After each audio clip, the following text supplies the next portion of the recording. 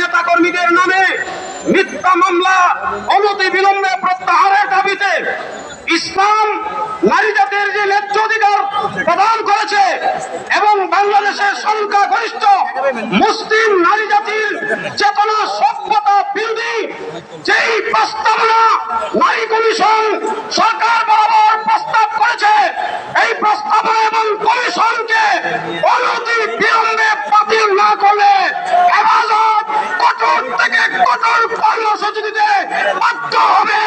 আমরা শেষ পর্যন্ত আমাদের দাবি আদায়ে মাঠে থাকবো ইনশাআল্লাহ।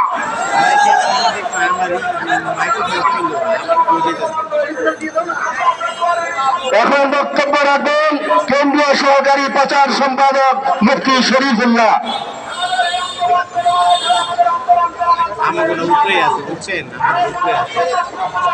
হেফাজতে ইসলাম বাংলাদেশ ঢাকা মহানগর কর্তৃক আয়োজিত আজকের সভার সম্মানিত সভাপতি, বিক্ষুব্ধ জনতা, আপনারা সবাই জানেন আমরা আন্দোলন সংগ্রামে সব সময় মাঠে ছিলাম, এখনো আছি, সামনেও থাকবো ইনশাআল্লাহ। আমাদের দুঃখের বিষয় হলো যারা যাবজ্জীবন সাজাপ্রাপ্ত আসামি তাদের মামলার খালাস হয়ে যায়, তারা বিনা শর্তে জেল থেকে বাইর হয়ে চলে আসে।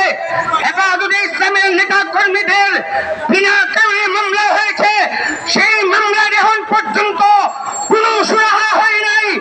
অনতি বিলম্বে হেফাজতে ইসলামের মামলাগুলো প্রত্যাহার করতে হবে।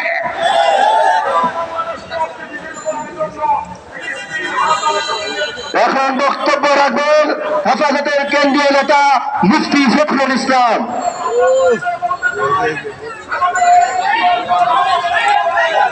সংস্কারের নামে কোন কুসংস্কার গ্রহণ করা হবে না।